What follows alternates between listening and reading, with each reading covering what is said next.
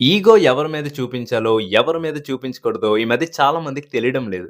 రీసెంట్‌గా నేను అబ్జర్వ్ చేసిన దరిద్రం ఏంటంటే, పేరెంట్స్ మీద ఈగో చూపించడం.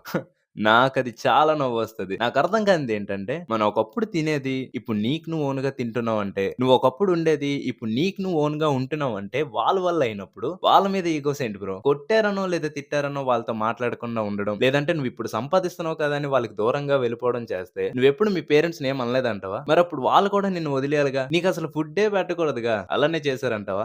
ఇది లైఫ్‌లో ఫస్ట్ స్టెప్. ఏం తెలుసుకోవాలన్నా ఇక్కడే తెలుసుకోవాలి. ఎలా ఉండాలో, ఎలా ఉండకూడదో అన్నది మన పేరెంట్స్‌ని చూస్తూ తెలుసుకోవాలి. ఈ స్టెప్‌లో తెలుసుకుంటే ముందు వచ్చే జాబ్ లైఫ్ గాని, మ్యారీడ్ లైఫ్ గాని, పేరెంటింగ్ లైఫ్ గాని బాగుంటది. స్టార్టింగ్ స్టెప్‌లోనే సరిగ్గా లేకపోతే రిమైనింగ్ స్టెప్స్ అసలు ఫేస్ చేయగలవా? అందరి పేరెంట్స్ ఒకలాగే ఉంటారు. అందరి ఇంట్లో సిట్యుయేషన్స్ ఒకలాగే ఉంటాయని నేను అనను కానీ, చాలా మంది పేరెంట్స్‌కి పిల్లలే జీవితం అనుకోని బ్రతికే వాళ్ళున్నారు. వాళ్ళని మాత్రం వదులుకోవద్దు. ఈగోలు పేరెంట్స్ వరకు తీసుకొని రావద్దు. వాళ్ళు తీసుకొని రానప్పుడు మరి నీకెందుకు చెప్పు? కొన్ని విషయాలు అందరూ చెప్పరు. కొన్ని అర్థం చేసుకోవాలి అంతే.